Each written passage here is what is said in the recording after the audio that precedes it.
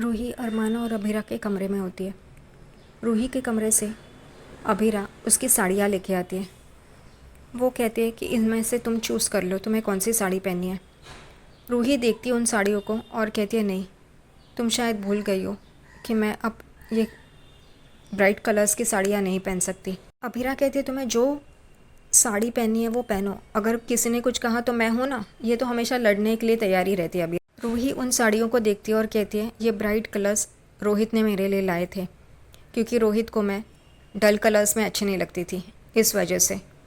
और फिर वो कहती है अभीरा को कि तुम्हारे पास कोई लाइट कलर की साड़ी है तो वो दो। अभीरा रूही को गले लगाती है और अरमान को भी ये बहुत बुरा लगता है। अभीरा अपने कबर्ड से एक साड़ी निकालती है। ऐसी साड़ी निकाल के वो रूही को दे रही है, इस बात का उसे बहुत दुख होता है। अभीरा वो साड़ी रूही को दे देती है। रूही उस साड़ी को देखती है और उसके हाथ से ले लेती है और वो पहन भी लेती है वो साड़ी। लेकिन अभीरा और अरमान को ये देख के बहुत बुरा लग रहा होता है। उन्हें अफसोस हो रहा होता है रोहित के जाने का। यहाँ अभीरा जाते जाते माँ और पापा के कमरे के बाहर होती है और हमेशा की तरह वो बातें सुनने के लिए वहाँ पे खड़ी हो जाती है। माधव और विद्या बात कर रहे होते हैं।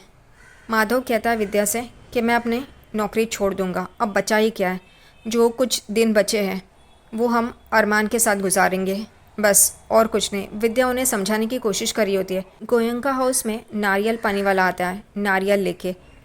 कियारा वहाँ पे होती है। कियारा उसे थैंक्स कहती है और कितने पैसे हुए इस वजह से वो ऑनलाइन पेमेंट करना चाहती है, इसलिए वो क्यूआर कोड दिखाता है और कियारा अपना फ़ोन निकालती है। तभी वो नारियल पानी वाला कियारा के फ़ोन पे उसकी और वो सुबह जो लड़का था यानी कि अभीर, उसकी तस्वीर देख लेता है। वो उसे कहता है, ये कियारा कहती है मेरे हस्बैंड है, मुझे देख के लगता नहीं है ना, मैं काफ़ी यंग लगती हूँ ना, लेकिन मेरी शादी हो चुकी है और ये मेरे हस्बैंड है। वो आदमी नारियल पानी वाला कियारा को कहता है ये सुबह मेरे दुकान पे आए थे लेकिन किसी और लड़की के साथ थे, आप संभाल के रहना। वो कहती है ऐसे कैसे हो सकता है, वो रॉक स्टार है ना, उसके फैंस रहेंगे। वो कहता है नहीं, मेरी नज़र कभी धोखा नहीं खा सकती। और ये सुन के कियारा को बहुत रोना आ रहा होता है। अभीर भी वहाँ पे आ जाता है। अभीर को लगता है कि रोहित की याद में उसे रोना आ रहा है। वो उसके आंसू पोंछता है और कहता है तुम्हें घर जाना है। वो मुंडी हिला के हाँ कहती है। अभीर कहता है चलो मैं तुम्हें छोड़ता हूँ, और वो उसे पोद्दार हाउस में छोड़ने के लिए चला जाता है। यहाँ पे दक्ष को अभीरा संभाल रही होती है, लेकिन दक्ष रोए जा रहा होता है। वहाँ पे अरमान आ जाता है। अभीरा कहती है देखो ना ये चुप ही नहीं हो रहा है, अरमान तुम लो ना इसे। और अरमान दक्ष को लेता है। अरमान कहता है कि इसे अपने पापा की याद आ रही होगी, इसके जहन में तो उसकी यादें ही नहीं होंगी। और ये सारी बातें पीछे से रूही सुन रही होती है। उसे बहुत बुरा लग रहा होता है। अरमान दक्ष को चुप कराने की कोशिश कर रहा होता है और कहता है ये इतना सा है, इतना छोटा है, इसके जहन में अपने पापा की तो यादें ही नहीं होंगी। और दक्ष रोए जा रहा होता है और रूही ये देख के बहुत ही बुरा महसूस कर रही होती है। अरमान कहता है अभीरा को मैं अपने भाई को बचा नहीं पाया, उसकी जगह पे मैं जाता तो अच्छा होता। और अभीरा एकदम से अपनी आंखें बंद कर लेती है। उसे बहुत दुख होता है अरमान ये कह रहा होता है इसलिए।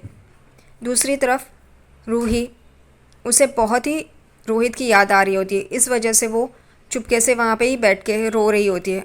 कोरस गैंग नीचे झगड़ा कर रहे होते हैं जानबूझकर कि रोहित भैया की पसंदीदा मूवी कौन सी है, उनसे कौन सी मूवी पसंद थी, और चारों अलग अलग मूवीज़ के नाम बताते हैं। उतने में माधव और विद्या वहाँ पे आ जाते हैं और ये जानबूझकर अभीरा ने ही इन लोगों को करने के लिए कहा होता है।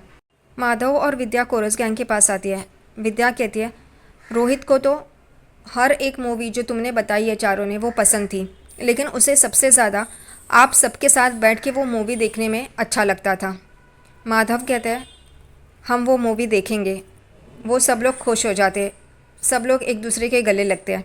अरमान कहता है ये तुमने ही किया है, मुझे बताओ क्यों।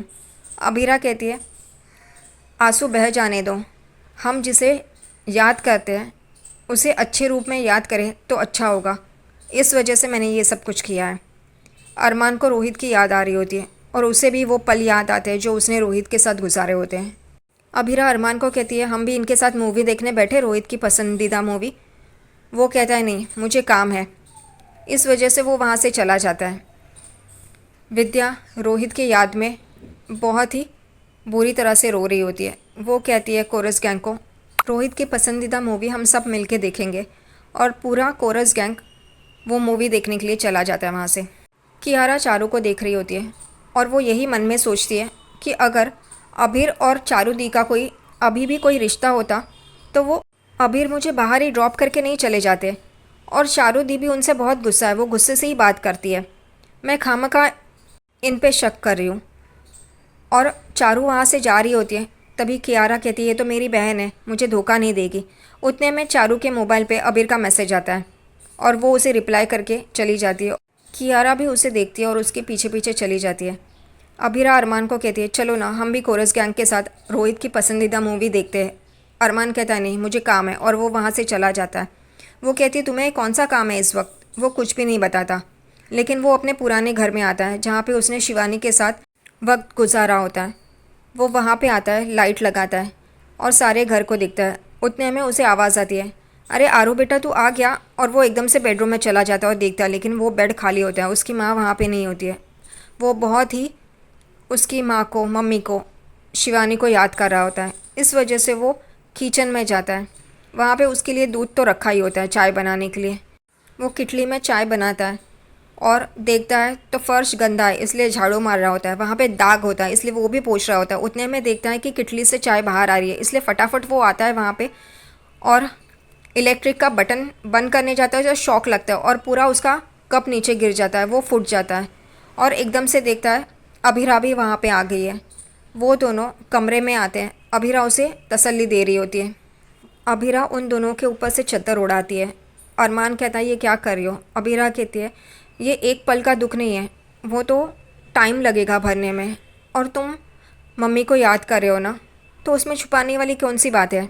उतने में ही अभीरा को रूही का कॉल आता है और वो उसे कहती है कि तुम अर्जेंटली आ जाओ घर पे। अरमान और अभीरा तुरंत आ जाते हैं और रूही को पूछते हैं क्या हुआ, तुम ठीक तो हो? रूही कहती है हाँ। वो कहती है अभीरा को मैंने सुबह तुम्हें कहा था ना कि हॉस्पिटल नहीं जाना है, मेरा मूड नहीं है, अच्छा नहीं लग रहा है, लेकिन मैं गलत थी। पुक्की के लिए तो मुझे जाना ही चाहिए ना, चेकअप तो करवाना ही चाहिए ना। तुम अभी के अभी डॉक्टर को पूछो, हम अभी के अभी चलते हैं हॉस्पिटल। अरमान और अभीरा एकदम से चौंक जाते हैं रूही का ये रवैया देख के। लेकिन फिर भी रूही अरमान को कहती है कि डॉक्टर को फ़ोन करो, और अभीरा को भी कहती है कि हॉस्पिटल में भी फ़ोन करके रखो। वो दोनों कहते हैं कि डॉक्टर चले गए और वो फ़ोन नहीं उठा रहे। रूही उन दोनों से माफ़ी मांगती है कि मैंने पुक्की के बारे में नहीं सोचा, सिर्फ अपने बारे में सोचा, अपने दुख के बारे में ही सोचा, मुझे माफ़ कर दो, आई एम सॉरी। अरमान और अभीरा उसे कहते ऐसी कोई बात नहीं, हम कल सुबह जाएंगे, तुम टेंशन मत लो। अभीरा उसे कहती है अब तुम सो जाओ। वो कहती है मुझे अपने कमरे में नहीं जाना, वहाँ पे मुझे रोहित की याद आती है। अभीरा कहती है कोई बात नहीं, तुम हमारे कमरे में सो जाओ और मैं भी तुम्हारे साथ सोऊंगी। अरमान कहता है मैं दक्ष के लिए उसका पालना लेके आता हूँ, और वो वहाँ पे चला जाता है।